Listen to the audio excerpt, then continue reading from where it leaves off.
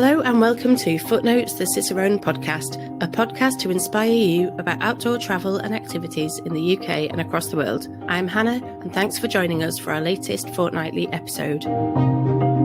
Today I'm talking to Fi Darby. Hi, Fi. Hello, Hannah.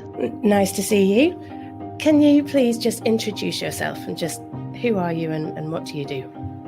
Okay, so my name's Fi Darby. I'm an outdoor writer and instructor. I've been working with people in the outdoors for, I added it up this morning, was scared to find out it was 20 years.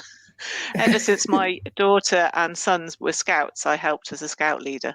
And I still work with young people in the outside, and I also train adults in navigation as well. I was a co-author of the popular walking blog, Two Blondes Walking, and now I write for myself and I write for different outdoor publications as a freelance outdoor writer. So you've got a lot of experience in the outdoor industry and also a lot of passion for getting outside. Oh, absolutely, yes. I'm an Ordnance Survey Get Outside champion, but I just think it makes such a difference to people's lives, young people, older people. I think being in the outdoors can just lift a life. If if things are tough or you're not enjoying yourself or work seems a bit stressful, just getting outside and escaping from it all can be a real bonus. And then making it your job is also quite a nice thing to do if you can. Yeah, I think that's something that I've talked about quite a lot on the podcast, is just the benefit of getting outdoors and how it can just help every situation and every person, really. I think it's a really important thing to do, whatever level. You don't have to go and climb the Matterhorn. You can just spend a bit of time in your local woods or whatever works for you, I think. But one thing that we're having, I guess, a bit of an issue with at the moment is the cost of living crisis is on everyone's minds. Bills are going up, and it is getting more and more difficult, I think, to access the outdoors, even for people who had no troubles with it before. We thought we'd chat to you today about how to get outdoors on a budget and some of your ideas and suggestions of ways that you can do it a little more affordably. Yeah, it's a really interesting one. It's a topic that I've been thinking about for a long time because working with young people, and I was a teacher when I started doing Duke of Edinburgh's award and 10 tours training. And the young people we were working with often had very low budgets. And quite often we had parents say, I can't afford for them to do this. So we worked quite hard to help them find ways of getting gear that was more reasonable. We lent them a lot of gear. We used to end up with no jackets ourselves because we'd lent them all out to the youngsters. But we learned lots of lessons about that. And I think it is really important because the outdoors is absolutely for everybody. But if you read kit lists or look at shopping lists or see gear recommendations, you can very easily see how lots of people might feel they're priced out of the market. It doesn't need to be that way. There's lots and lots of ways that you can make it a little bit cheaper if you want to. And I think my favourite one really is second-hand gear. There's so much second-hand gear available. I spend a lot of time in charity shops because I think I don't know. I'm a sucker for a bargain really, and also I think charity shops are fantastic because they provide employment in the local community, sometimes for people who might find it difficult to find employment otherwise. And they also give something back to the community. So if you can find outdoor gear in a charity shop, I think it's a real win-win. So I've been doing lots of research and I've discovered that there's some things you find lots of in a charity shop and some things you maybe won't find so easily. So base layers, I don't think I would go and buy a new base layer again, especially synthetic ones. I mean, I love merino base layers. They are more expensive and they don't last as long. I think they probably work better than synthetic ones and they're better for the environment than synthetic ones. But you've got to balance up a piece of gear that's, its longevity. So synthetic base layers, I found loads and loads of those in charity shops. They're really easy to find. And you can layer up those. You don't just have to wear one to get your warmth levels. You can put 2 or 3 on.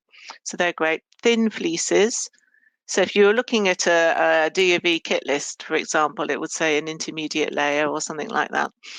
Well, a thin fleece is an example of that. And I've seen loads of those in charity shops, both in sort of male friendly, female friendly, middle somewhere friendly colours. There are all sorts of options. They're not all pink and they're not all blue. They're not all too fluffy. Thicker fleeces as well. So thicker fleeces have kind of dropped out of fashion a little bit for things like soft shell and stuff like that. But they're really warm, and the brilliant thing about them is they dry so quickly as well compared to, I've been on Duke of Edinburgh's award expeditions where we've had 30 youngsters and been drying all of their kit in the farmer's barn, and I can tell you that the fleeces dry the fastest. So thick fleeces, you'll find lots of those at charity shops as well. So that's quite interesting. There are some items I haven't seen so many of in the charity shops. Waterproof jackets, not so many. Things like walking boots, not so many, but I have seen both. But yeah, so my starting point would be a charity shop for secondhand gear, always. But then you can find stuff online quite easily as well. So this morning I've just had a quick look at eBay and Facebook Marketplace and Gumtree, and I found something I quite liked on all of them in my size, in a brand I would probably wear, as somebody starting out in the outdoors. So secondhand definitely is quite good, I think. Yeah, and I think it's nice as well with secondhand gear. You do get that feeling of a bargain. I'm the same as you. I absolutely love that. Like, what, this is supposed to be £400, and I've just found it for 60 or whatever it is. I love that. But also you've got the environmental aspect as well, and that you're giving a second life to that garment where there's nothing wrong with it, and it would just be such a sin if that was to go on landfill and where somebody could be wearing it and having adventures in it. So that's a really nice thing to do. And every time I go somewhere new, this would be my top tip for charity shops, is if you're on holiday somewhere, go to the really posh the charity shops in the really posh parts of town, because, oh my God, it's amazing what people will throw away. And my wife and I went to York a couple of years ago, and we went round all the charity shops of York, and we just got so many things. I got this dress that I was going to wear for a wedding, and it was like Hobbs or Jaeger or some super fancy brand, and it was £12 or something. I mean, I wouldn't wear that for going outdoors, but it's worth trying these charity shops for anything that you need, really. It absolutely is. It sometimes works if you've got lots of time, if you want something specific for an occasion. But my tip with charity shops is don't go in looking for a specific thing. You'll probably find the waterproof jacket you're looking for on a day that isn't the day you're looking for it. So you have to go in with an open mind and think, well, I might need that. It's the middle of the summer, but that jumper might be useful. Oh, that's another thing. You find lots and lots of lamb's wool jumpers in charity shops. Now, they are not very handy if you need to get them into a rucksack because they take up lots of space. But if you're doing something like camper van camping or something like that, you might be sitting around for a long time. Actually, a wool jumper is really warm. That's my go-to in the camper van. And I've got my husband has started asking me why I've brought home quite so many lamb's wool jumpers from charity shops now. I do sometimes recycle the yarn. I sometimes unpick them and crochet them into hats as well. If you want to go super cheap, that's another way of doing it, because actually buying knitting yarn or crochet yarn is quite expensive if you buy it new. You can recycle that. I'd never thought about that. Yeah, it's interesting. I did it a lot last year. I crocheted all my family a blanket for Christmas, and it was all secondhand yarn. And we bought the yarn as we travelled around Scotland. So I picked it up in charity shops around Scotland. You bought yarn or you bought jumpers and unpicked? I bought yarn and I bought jumpers. I bought jumpers as well. I've discovered that hand knitted items are far easier to unroll than some factory ones. You waste a lot less of the yarn. But it's been a really interesting experiment, and my favourite hats now are all ones that I've crocheted myself from secondhand yarn. What a great idea. I hadn't even thought about that. No, it's good fun. It's good fun. I enjoyed the challenge. I set it as my sort of last year's challenge. We had a really chilly, dark trip up to Scotland in the camper van in October, and having something to crochet kept me warm, because doing blankets, they got bigger and bigger. So I got warmer and warmer as the trip went on. Yeah, I was looking actually yesterday at getting some more reflective gear for me and the dogs when we're out in the winter in the evenings. Because when I get home from work now, it's dark. And I noticed you can buy reflective yarn. Oh. And I thought I might try like stitching reflective yarn into things that I already own to make them reflective instead of buying brand new reflective things. I got the idea from my dog, who's got this jumper. When you're in the house or in the daylight, it just looks like a mustard jumper. He's very spoiled, but he gets really cold, so he needs a jumper. But when you take him out at nighttime, and it only works if it's dry, because you wouldn't want him wearing a wet jumper.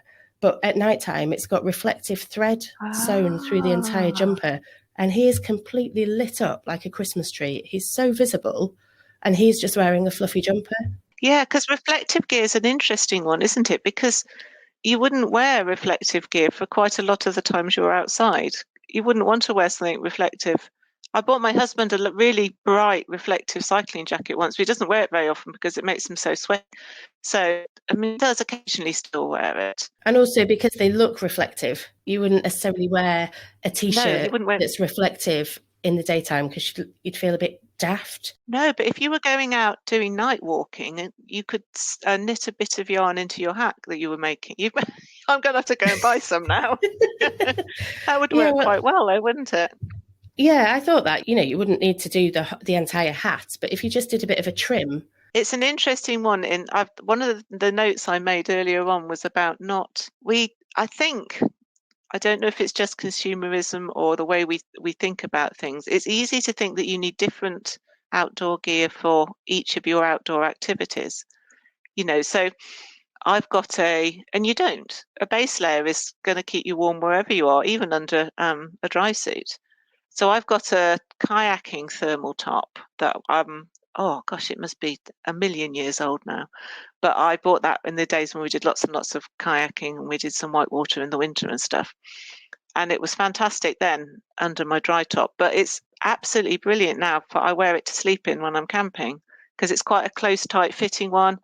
And I think that's a really good example of gear that if you can buy things that will do for lots of your outdoor activities, I think that really helps. And there's some things, obviously, like a helmet, that you need the right one for the right activity. And safety gear is definitely somewhere you can't really compromise, I think. Yeah, and also where you can't do secondhand. No, you can't do secondhand. No. You don't want to be buying a secondhand rope, particularly unless you really know the heritage of it, or, secondhand harness or caving helmet or anything like that. It's much more risky. But then you can save because some items are really, really important. So you can save your money to focus on those ones, I think. And the other side of it is if you're just starting out with the outdoors, you don't necessarily know where you're going to end up. You don't know whether you're going to love walking, whether running will be your thing, whether it will be outdoor swimming. I guess you could be a triathlete and do all of them. but you don't know. And you also don't know whether you're going to enjoy it, or whether you're going to want to continue walking around your block with the dog, or whether you'll eventually want to climb a mountain. So you don't need to I think that the world is out there telling you, the advertising world is out there telling you that you need to buy the latest Gucci gear straight away, otherwise you won't be okay. But you will be okay. You might get very wet the first time, and then you'll think, well, hang on a minute, I don't know, these waterproof trousers aren't working for me. I'll get something a bit better. Yeah, I mean, I do strongly feel that you are more likely to enjoy the outdoors if you are warm and you're comfortable and you're dry, and when I first started doing outdoors things and I didn't have good kit, I was trying to find the enthusiasm for it when you know that you're just going to be freezing cold is difficult. So I think you do need to try to get some stuff that will keep you warm and dry. But, when I first started, one of my favorite items was a fleecy pajama set that I had. And it's like you were saying before about fleece. You can almost, I could take off this pajama top that I was wearing and that was when I was doing kayaking as well. And I'd take off the pajama top and I'd wring it out. And with a really tight ring, it was nearly dry. And then I'd put it back on and I'd feel a lot better. And that was really cheap and I could wear it for everything. And I just wore it as like, underneath everything. You've got an interesting environmental balance there, because lots of people will say that fleece is a really bad thing for the environment, which it is not good. But if you use it for lots of things, keep it for a long time and buy it secondhand, then that kind of helps balance that out, I think, anyway. If it's secondhand, it's already out there in the world, isn't it? The main part of the damage has been done. So you're kind of saving it from landfill if you keep using it. No, I agree. Okay, so what's your next top tip? My next top tip. Well, I was thinking about, so the two things I think, because I do lots of walking, the two things I think that really, really matter are your waterproofs and your boots. Yeah, nobody is going to love a walk with blisters. Nobody, and not even the most eager walker in the world. So I've been thinking about that a lot. You can buy both of those things secondhand. I think, I've seen so many youngsters with brand new boots and blisters that I think maybe a second-hand pair is going to be a bit softer on soft feet. So there is that. I've been thinking a lot about that. I would suggest people did have a go at second-hand waterproofs to start off with. I would maybe suggest that they waterproof themselves before they start. So get a good proofing product. They aren't that expensive. You get quite a lot of uses out of bottles of waterproofing stuff. So I would suggest that for waterproofs. Boots, again, it's so expensive to buy a new pair of boots. Unless you buy a really, really expensive pair, you're not going to keep the water out anyway. So I would again suggest trying secondhand. Borrowing is another one. I often say to people who've got youngsters doing D&B, is there any kit you can borrow? Can you, in the family, has anybody got this piece of kit? And that can help. But it's those two ones are tricky. But there are a couple of, like, if you wanted to buy more expensive stuff, there are cheaper ways to do it. Both Paramo and Van Gogh. Well, Van Gogh's more camping stuff, but Paramo's obviously on the top end side of waterproof gear, and a favourite of mine. But they do. They've got recycled gear. So if you decided you really did want an item like that, it's worth having a look at their. And I don't mean by recycled, I don't mean they use recycled fabrics. I mean they take back their gear. Yeah, like refurbished almost. You refurbish it, yeah. So, and I know that other organisations are moving in that direction now. So that's worth looking out for. Yeah, I think Paramo is. They are one of my favourites as well, and they're so comfortable to wear. They are really expensive. There's no getting around it, but they also offer a lifetime guarantee. Yeah. So it is a massive outlay, but if you can afford it, you know that you're going to be able to keep that garment and keep it waterproof forever. Really, it will last a long time. Yeah, well, mine's doing well so far. I think the other thing about my Paramo jacket is that I will wear it for lots and lots of things. Once I've put it on in the morning, I quite often find I'm taking it off at bedtime again, because, as you say, they're very comfortable. And they dry really fast as well. Yeah, you've got to think, how much use am I going to get out of this? One of my bugbears, actually, although I've probably been proved wrong in this one now, is dry robes. I do a lot of outdoor swimming, and I think they have encouraged lots of great big. I'm talking about the great big fleecy dry robes that look quite swingy. I think they've helped lots of people feel that they can go swimming, but also I would hate somebody to feel that they couldn't go if they didn't have one, because I've been swimming through the winter for 7 years now and I haven't got one, and I'm still alive. My original question with them was, are they actually useful for anything else? But I'm discovering actually they appear to be. I challenged a group of D&V youngsters the other day. They were looking at, for their expedition aim, they were looking at how people were using the environment, And so my challenge to them was to find somebody wearing a dry robe on a horse, because I thought that would be impossible. Good idea. And they did find they did find somebody wearing a dry robe on a horse.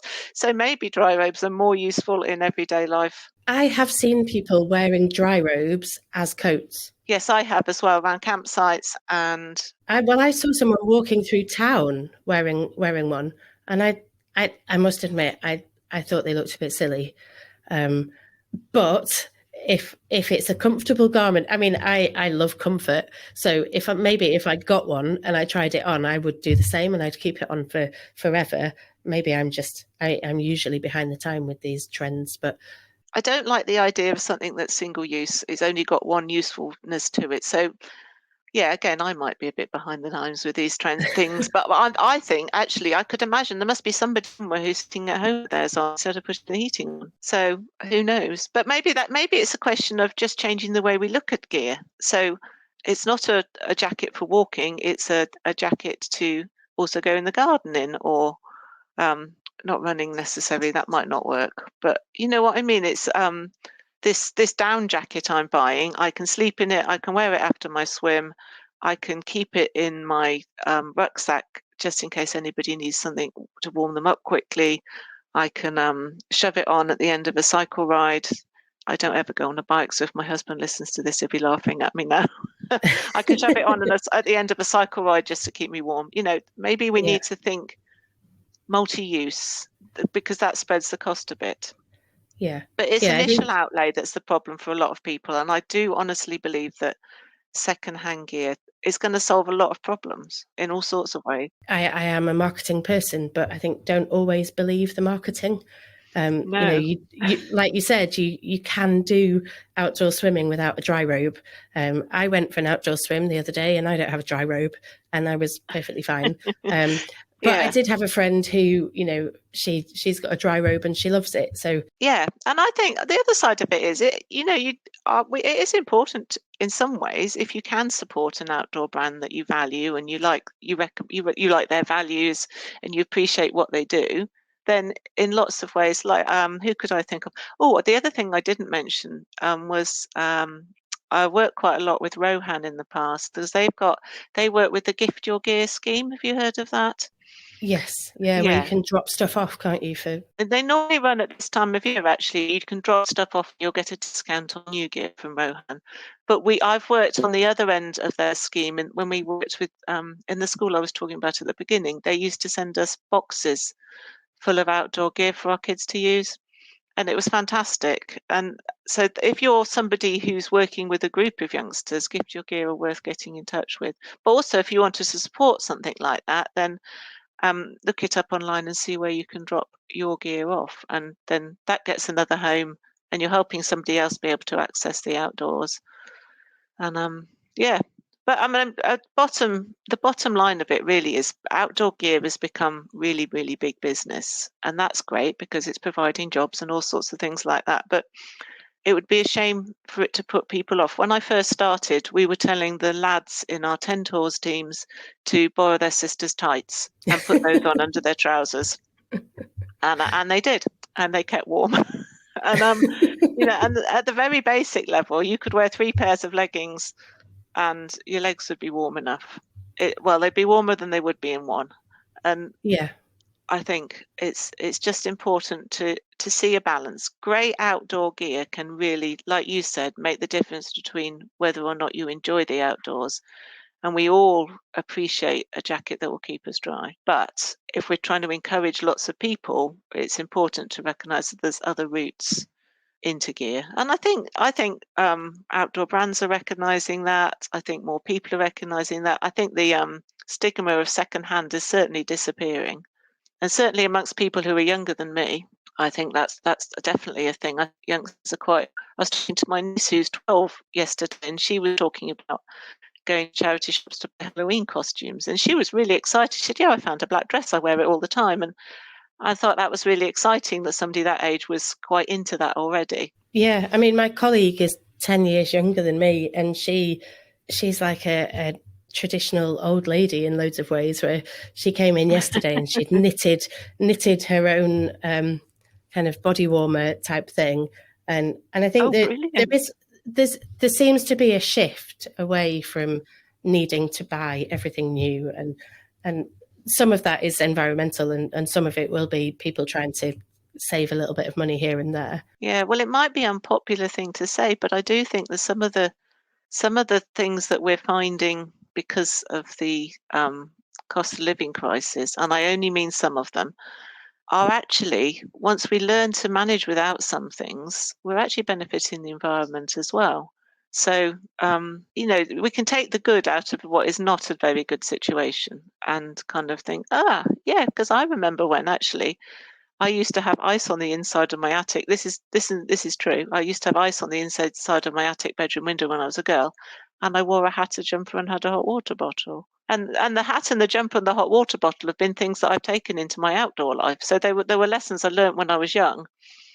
That learning how to keep yourself warm is maybe something we've all have forgotten a little bit. Well, you get used to a level of comfort, don't you? And it's that level of, oh, I've got a hole in my jumper, I'll just go and buy a new one because it's the easiest thing to do. And I think there are reasons why that's not necessarily the best idea. And actually, if you can repair your jumper, then you will save a little bit of money, but also you're just environmentally you're doing a bit of a good deed. And actually, the environment needs our good deeds, and my wallet needs my good deeds at the moment. So well, some of those things could be a win-win then, couldn't they? Yeah, definitely. One thing I was going to say about walking boots, and it's not a very well tested tip, but my dad has just got into walking, and he bought a pair of work boots from Wicks, and he said that they're really comfortable and that they're waterproof. They've got a steel toe cap, so I don't know whether that's necessarily helpful. Well, it might be if there's dangerous fir cones. Yeah, he is not a mega walker just yet, but we've done some decent walks. He's done a couple of Wainwrights, and he's been wearing these work boots. But again, it's a marketing thing because they're branded as work boots. Yeah, they're a lot cheaper than even the cheapest pair of hiking boots, and they're really sturdy and durable. So, I mean, it might be that he can't walk more than 8 miles in them. Maybe they've got a limit, but at the moment, he's pretty happy with that purchase. That is interesting because actually, if you looked at which of those two sorts of boots could you wear in the most situations, the work boots would win, wouldn't they? Because he could also wear those to do a bit of building if he felt like it after his 8-mile walk, which sounds quite a decent walk to me. I don't think we've actually done more than 5 at the moment, but I'm trying to think what would the limit be for these boots. Yeah, but they're tough.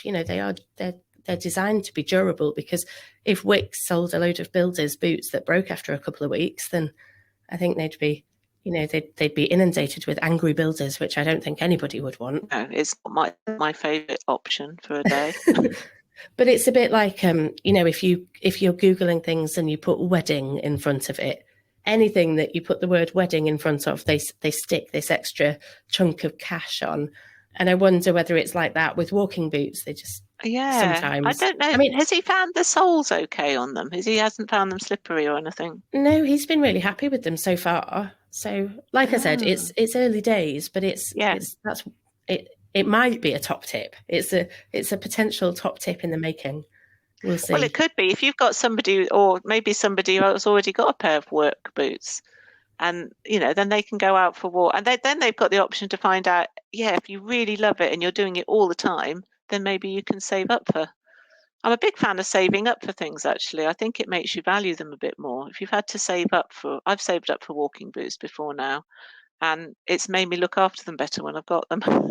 Yeah, that's true. I think, Joss Naylor started his running career in a pair of work boots. Oh, really? The very first run he did when he was 16 or something, he went out, he got encouraged to do this run, and he went out in his working gear and won the race. And he was just wearing walking boots. So I think having the right kit doesn't necessarily, not having the right kit doesn't necessarily stop you doing something. There are plenty of walks where you can just wear trainers, loads and loads of walks where you can just wear trainers.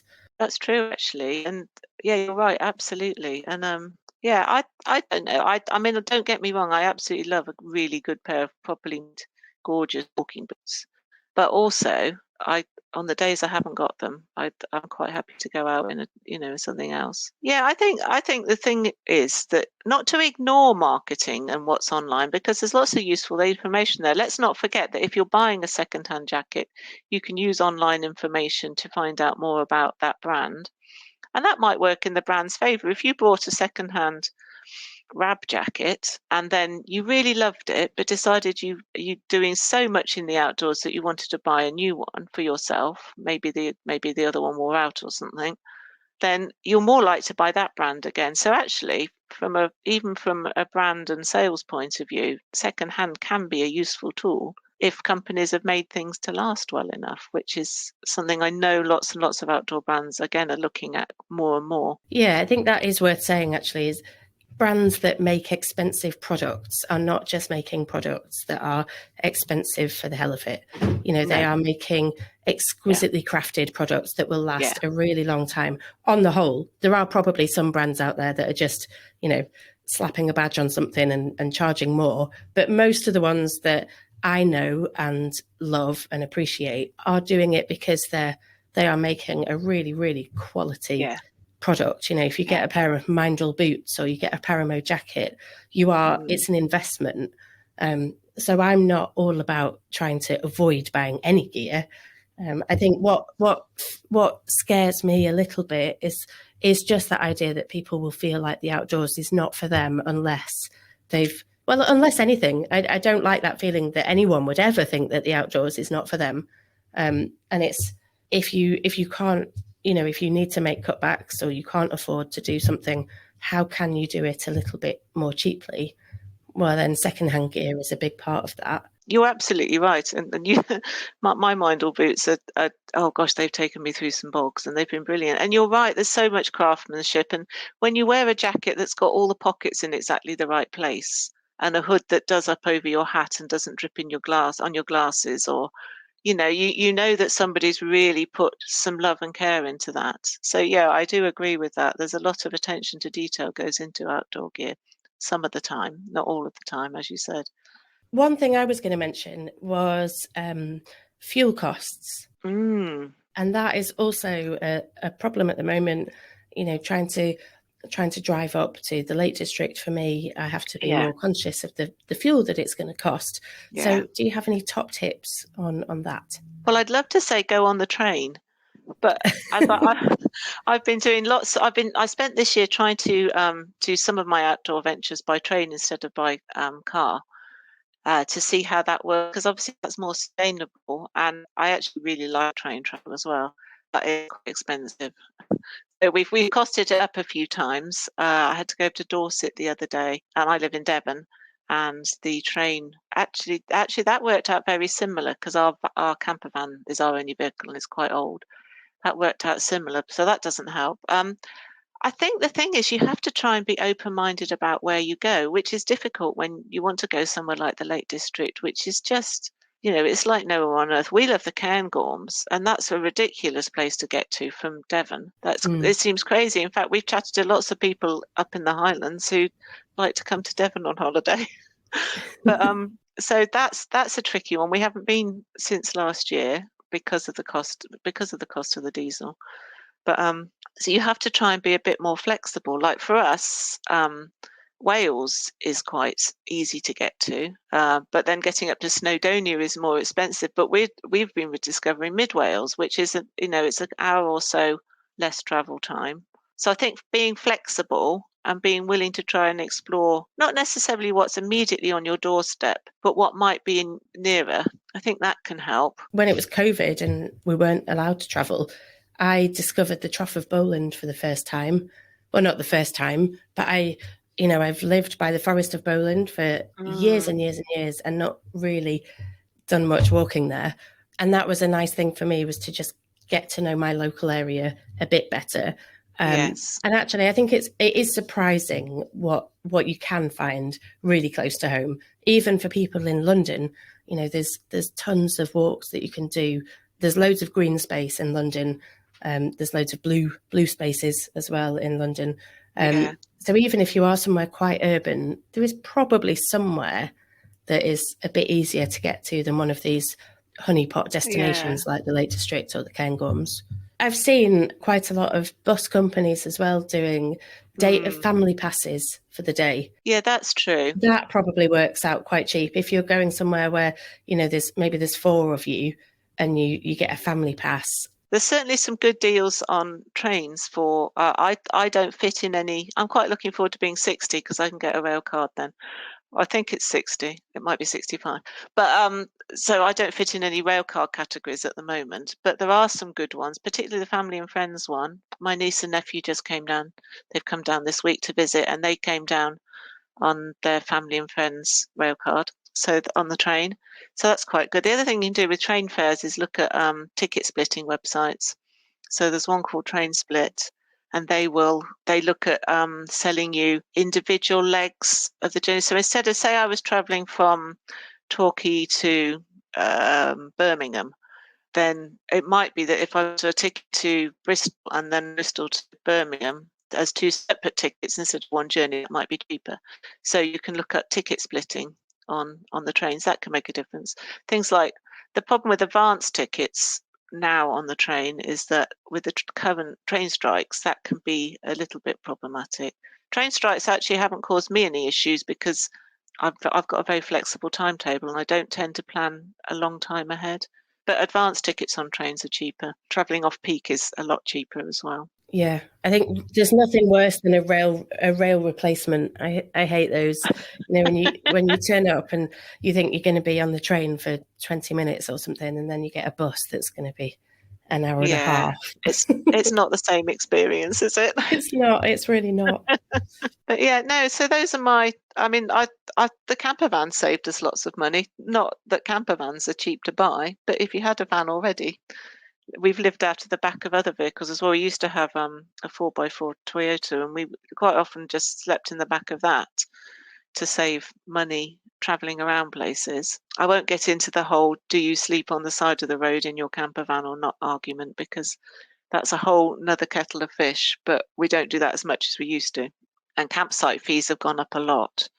That's something we've been noticing recently. We've just been trying to plan a trip, and the price of campsites is a lot more than it used to be, understandably, because I'm sure camping costs, site management costs have gone up.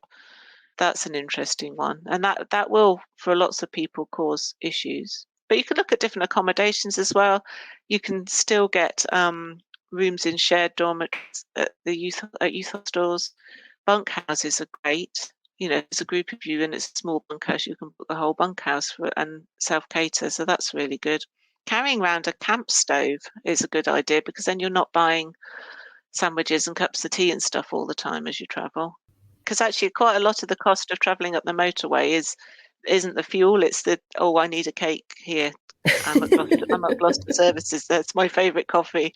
Although the other thing we have done, it's not always cheaper, but it quite often is we've slept in the van at service stations, and in vehicles that aren't camper vans, we've slept in at service stations as well. Quite a lot of them have got darker areas, and you can just ring up and pay to do that. Unfortunately, it's not free. In Europe, a lot of the time it's free, but you have to pay. So we've done that quite often. And a lot of them have showers in the morning as well. I'd never even thought about that, but I suppose they're set up for all the truckers, aren't they? I think they want you to be there because you're going to spend in their shops. So, yeah, it's more expensive than you might imagine, but it's not as expensive as a campsite. And it means you haven't got to drive somewhere off the motorway network as well. So if you literally just want somewhere to sleep and then carry on, that can save some money.